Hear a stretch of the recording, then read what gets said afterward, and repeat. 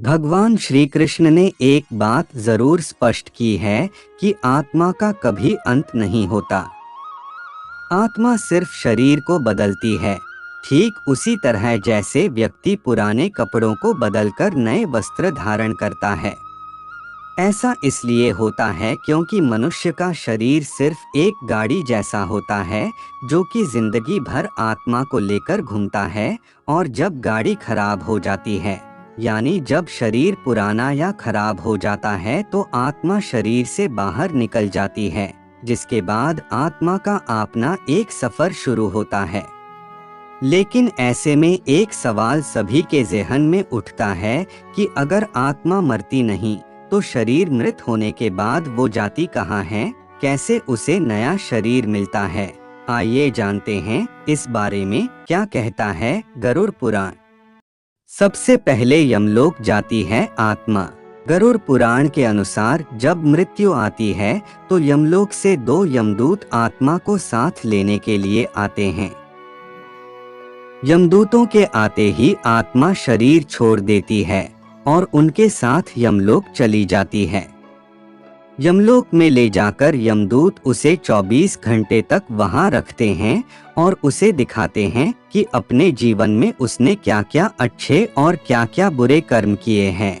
इसके बाद आत्मा को उसी घर में छोड़ दिया जाता है जहां उसका जीवन बीता होता है। 13 दिनों तक आत्मा अपने परिजनों के बीच रहती है। ये भी मान्यता है कि जिसने जीवन में अच्छे कर्म किए हैं उसके प्राण निकलने में ज्यादा परेशानी नहीं होती, लेकिन जिसने बुरे कर्म किए हैं उसे प्राण छोड़ते समय काफी पीड़ा का अनुभव होता है। 13 दिनों बाद तय होती है आगे की यात्रा। अंत में पृथ्वी पर रहकर हमने जो कर्म किए होते हैं उसके हिसाब से ही आत्मा को नरक या स्वर्ग में भेजा जाता है, जिसके बाद आत्मा का सफर पूरा होता है।